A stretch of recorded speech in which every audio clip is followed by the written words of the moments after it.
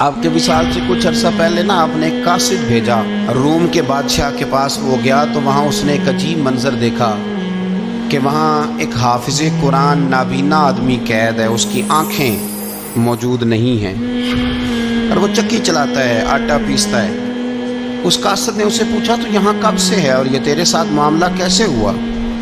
تو وہ کہنے لگا مجھے انہوں نے گرفتار کر لیا، پھر مجھے کہنے لگے عیسائی ہو جا. میں نے انکار کیا تو انہوں نے میری آنکھیں نکال دی. اب میں صبح شام یہ تھوڑا سا کام کرتا ہوں، چکی پیستا ہوں تو روٹی دے دیتے ہیں. وہ قاصد حضرت عمر بن عبدالعزیز کے پاس آیا اور آ کے کہا حضور ایک اس طرح کا مسلمان روم کے بادشاہ کے پاس قید ہے، ایک مسلمان کی تکلیف. حضرت عمر بن عبدالعزیز نے جب سنا تو رو پڑے. فرمایا وہ قید ہے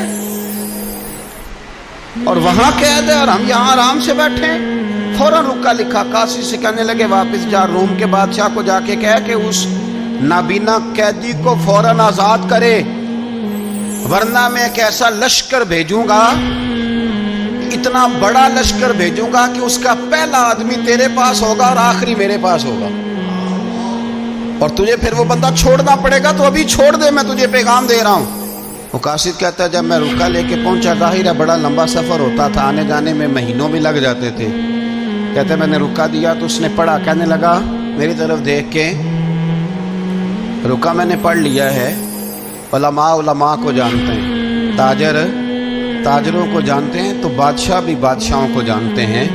فرمایا تم مسلمان ہو، میں نہیں ہوں، پر اتنی تم اس درویش کی قدر کرتے ہو، میں تم سب سے بڑھ کر قدر کرتا ہوں. میں اس بندے کو لشکر لے کے آنے کی تکلیف نہیں دوں گا، میں ویسے ہی قیدی آزاد کرنے لگا، تم لے جاؤ. کہتے ہیں مجھے چند دن وہاں رہنا پڑا، کچھ لوازمات تھے جن کے لیے رکنا پڑا.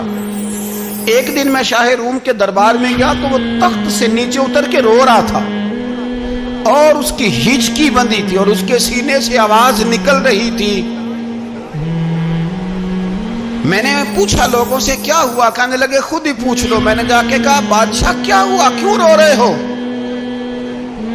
تو کہنے لگا آج دھرتی کا حسن اٹھ گیا ہے، آج سنگار ختم ہو گیا، آج دھرتی کا حسن اٹھ گیا. میں نے کہا کیا ہوا؟ کہنے لگے عمر بن عبدالعزیز انتقال کر گئے، تمہارا امیر چلا گیا. تو میرے دل میں خیال آیا، میں نے آہ بھری. میں نے کہا پھر ہمارے لیے کیا حکم ہے؟ تو فرمانے لگے وہ چلتا پھرتا راہب تھا، لوگوں کے پاس کچھ نہیں ہوتا تو وہ فقیر ہوتے ہیں، پر اس کے قدموں میں تو خزانے تھے، پر وہ پھر بھی فقیر تھا. فرمایا اس کا حکم اگر میں زندگی میں مانتا تھا تو مرنے کے بعد بھی بات مانی جائے گی، تمہارا قیدی بھی تمہیں واپس کیا جائے گا اور عمر بن عبدالعزیز کی بات بھی سنی جائے گی.